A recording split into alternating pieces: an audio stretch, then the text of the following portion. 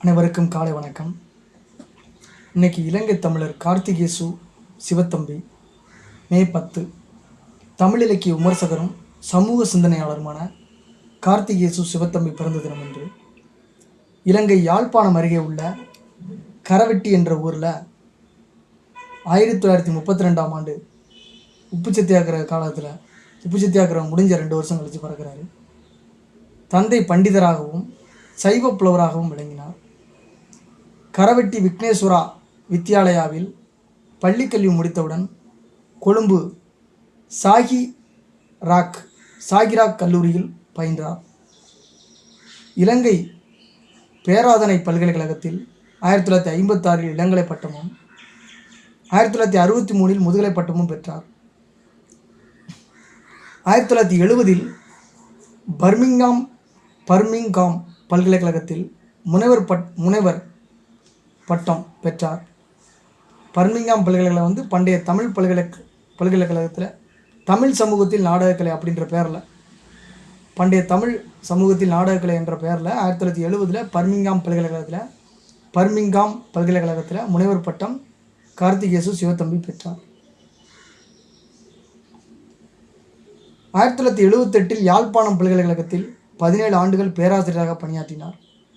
பின்னர் 2 ஆண்டுகள் மட்டக்களப்பில் கிழக்கு பல்கலைக்கழகத்தில் பேராசிரியராக பணிபுரிந்தார்.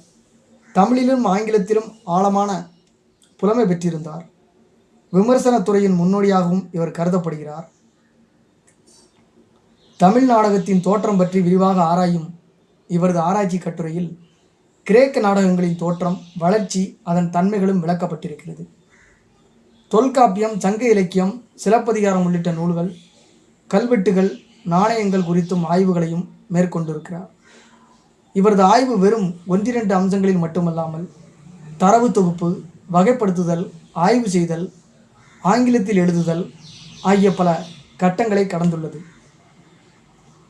ஆங்கிலத்தில் வழங்கப்பட்ட ஆய்வேட்டை 10 ஆண்டுகளுக்கு பிறகு திருத்தங்களுடனும் கூடுதல் செய்திகளுடனும் 1980இல் புது நூற்றாண்டு புத்தக நிறுவனம் வெளியிட்டது.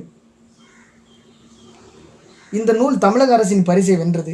இவரது ஆய்வேடு வெளிவந்த பிறகு நாடகத்துறை பற்றிய விழிப்புணர்வு இலங்கையில் ஏற்பட்டது.